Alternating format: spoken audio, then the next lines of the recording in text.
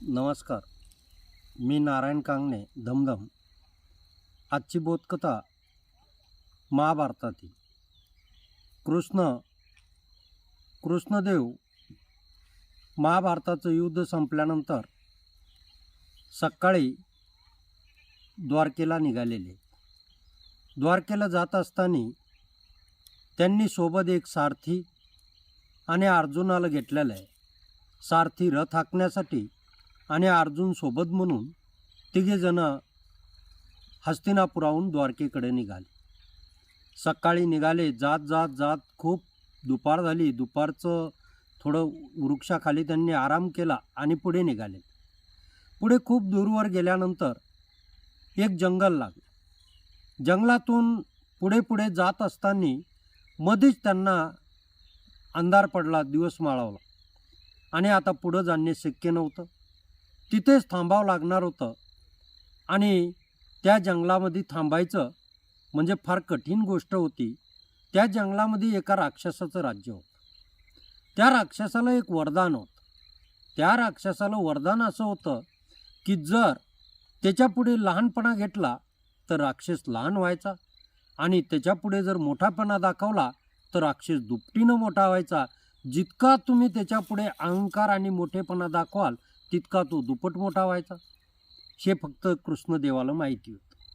त्या ठिकाणी संध्याकाळी रथ सोडलेला आहे. सगळेजण बसलेले आहेत. इकडल्या तिकडल्या गप्पा झाल्या. घोडे रथाला बांधलेले आहेत. सारथी जवळ बसलेला होता. अर्जुनाच्या आणि श्रीकृष्णाच्या गप्पा चाललेल्या होत्या आणि आता झोपण्याची वेळ झाली. त्यावेळेस कृष्णदेवांनी सारथ्याला आणि अर्जुनाला जवळ बोलवलं आणि सांगितलं, हे बघा, या जंगलामध्ये एक राक्षस राहतो. या राक्षसाचं हे जंगल आहे. या जंगलामध्ये येणाराला तो त्रास देतो आणि म्हणून आपल्याला काय करावं लागेल, एक मध्यरात्रीच्या अगोदरचा पारा एक जणानं जागता करायचा, दोघांनी झोपायचं. दुसरा पारा एकानं करायचा 4 वाजेपर्यंत आणि तिसरा पारा 4 ते दिवस निघेपर्यंत. असे तिघांनी 3 पारे करायचे. पण तो राक्षस मात्र आल्यानंतर आपण जर जागे नसल आणि त्याच्यासोबत जर आपण लढाई नाही केली तर तो आपल्या तिघांनाही खाऊन टाकेल. हे कृष्णदेवानं अर्जुनाला आणि सारथ्याला सांगितलं. सारथी हुशार होता. सारथ्याला असं वाटलं की पहिल्या प्रहरी राक्षसाला झोप लागेल आणि राक्षसाला जर झोप लागली तर तो पहिल्यांदा येणार नाही, म्हणून पहिला पारा आपणच जागता करायचा आणि कृष्णदेवाला आणि अर्जुनाला झोपू द्यायचं. अर्जुन म्हटला ठीक आहे. कृष्णदेव म्हणला ठीक आहे. सारथ्यानं पहिला पारा. दुसरा पारा कोण घेणार? तर दुसरा पारा अर्जुन म्हणला मी घेतो. अर्जुनाला असं वाटलं की पहिल्या पाऱ्यामध्ये राक्षस इकडे तिकडे हिंडेल, त्याला शोधही लागणार नाही आपला, आणि दुसऱ्या पाऱ्यामध्ये राक्षसाला झोप लागेल म्हणून तो काही येणार नाही. सकाळी सकाळी येईल कृष्णदेव आणि ते बघून घेतील, आणि म्हणून दुसरा पारा अर्जुनांनी. कृष्णदेव म्हटला मान्य, मला तिसरा पारा. आणि ठरल्याप्रमाणे कृष्णदेव आणि अर्जुन झोपलेले सारथी त्या रथाजवळ बसून त्या सगळ्यांचं संरक्षण, पहारा देण्याचं काम करत होता. राक्षसाची फेरी आली.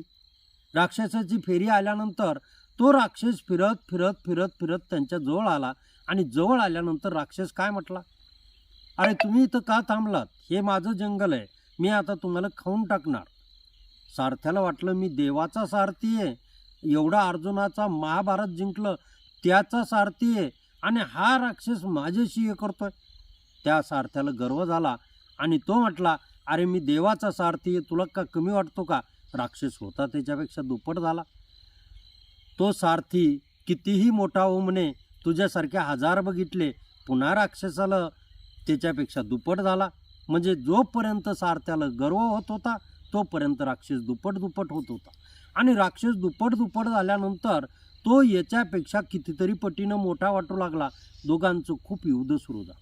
युद्ध सुरू झाल्यानंतर राक्षसानं अगदी सारथ्याला जागी जागी लोळवलं.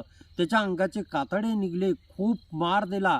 फक्त आता सारथी वाट बघू लागला की आपला पारा केव्हा संपतो आणि अर्जुनाचा पारा केव्हा सुरू होतो. एकदाचा पारा त्या सारथ्याचा संपला. मार खाऊन खाऊन सारथी घाळ झाला होता. त्यानं अर्जुनाला उठवलं आणि अर्जुनाला म्हटला, अर्जुन आता उठ, तुझा पारा सुरू झाला. आणि हा देवाजवळ पटकन जाऊन झोपला. अगदी कणत कुथत त्याला काही झोप लागत नव्हती. तो चादरीच्या आडून फक्त अर्जुनाचं काय होतं हे बघत होता. अर्जुन जागा झाला, इकडे तिकडे पाहिलं, बाजूला राक्षस उभा होता. तो म्हटला, अरे तू आलाच कसा? राक्षसाला म्हणे, मी काय कमी आहे काय? महाभारतातले एवढे पराक्रमी पुरुष मी हरवलेत आणि तू माझ्याशी युद्ध करायला निघाला. अर्जुनाला गर्व झाला, राक्षस डबल मोठा झाला. पुन्हा अर्जुन म्हटला, तू काय मला मायावी दाखवायला का? का तुझ्यावानी हिंमतबाज मी कुणी पाहिला नाही? असं अर्जुन पुन्हा पुन्हा बोलू लागला. राक्षस पुन्हा डबल झाला. राक्षस अर्जुनापेक्षा 3-4 पटीनं मोठा झाला आणि आता अर्जुनाचं आणि राक्षसाचं युद्ध सुरू होतं. राक्षस तर अर्जुनाला कसाही ऐकत नव्हता. खूप अर्जुनाला मारू लागलं. अर्जुनही त्याला मारू लागलं. घनघोर युद्ध दोघांचं झालं, पण अर्जुनाला राक्षस काही ऐकला नाही. शेवटी अर्जुन देखील आता देवाचा पारा कधी सुरू होतोय आणि आपला पारा केव्हा संपतोय याची वाट बघू लागला. पण राक्षसाचा मार मात्र चालू होता. अर्जुनाचा जीव तळमळत होता आणि एकदाचा अर्जुनाचा पारा संपला आणि देवाचा पारा सुरू झाला. देवाचा पारा सुरू होताच अर्जुन पळत जाऊन चादरीमध्ये सारथ्याच्या बाजूला झोपलेला आहे आणि देवाला म्हटला, देवा उठा, आता तुमची पाळी. आम्ही दोघांनी जर जे करायचं ते केलंच, पण आता तुमची पाळी आहे, उठा. आणि देव उठले. देव उठल्यानंतर देवानं बघितलं की अर्जुनाच्या अंगातून रक्त गळायले, सारथी कणत कुतत बसलेला आहे. देवाला काय झालं हे सगळं कळलं होतं आणि कृष्णदेव उभे राहिले आणि काय म्हटले, अरे इकडं तिकडं बघितल्यानंतर, अरे तू आलास का म्हणे, हे तुझं जंगल आहे, आम्हाला माहीतच नव्हतं. अरे आमचं चुकलंच इथं थांबण्या वाचून. यानं लहानपणा घेतला. लहानपणा घेतल्यानंतर वरदान राक्षसाला होतं, समोरच्यानं जर लहानपणा घेतला तर राक्षस लहान व्हायचा. पुन्हा तो राक्षस ओरडून म्हणाला, चला लवकर निघा इथून, नाहीतर मी तुम्हाला खाऊन टाकणार आहे. तो म्हटला, काय राक्षसा, आम्ही लगेच निघालो. हे बघ आता रथाचे शिवळा जोते काढले, घोडे सोडायला लागलो आणि देव गेले आणि घोडे सोडायला सुरुवात केली. अर्जुन आणि तो सारथी मात्र चादरीतून देवाची काय फजिती होती हे आता बघणार होते. पण देव हुशार होते. देवांनी सांगितलं, आत्ता घोडे सोडायलो, लगे रथ झोपायला सुरुवातच केली. परत राक्षस छोटा झाला. राक्षस पुन्हा धावू लागला, पळ लवकर, सोड, उठव तुझ्या लोकांना. पण राक्षस तसं म्हटल्यानंतर देव म्हटला, ठीक आहे, मी त्यांना उठवतो. देवानं रथ झुपला. सारथी पुन्हा छोटा झाला. पाहता पाहता देवाच्या टोंगळ्या एवढा तो राक्षस झाला आणि आता मात्र राक्षस लहान झाल्याला पाहून देवानं राक्षसाला पटकन पकडलं, पोत्यामध्ये टाकलं आणि पोत्याचं तोंड बांधून घेतलं आणि तो रथात टाकून दिला. अर्जुनाला आणि सारथ्याला उठवलं आणि सर्व हकीकत यांनी तर बघितलीच होती, परंतु सर्व हकीकत सांगितली की राक्षसाला असं असं वरदान होतं.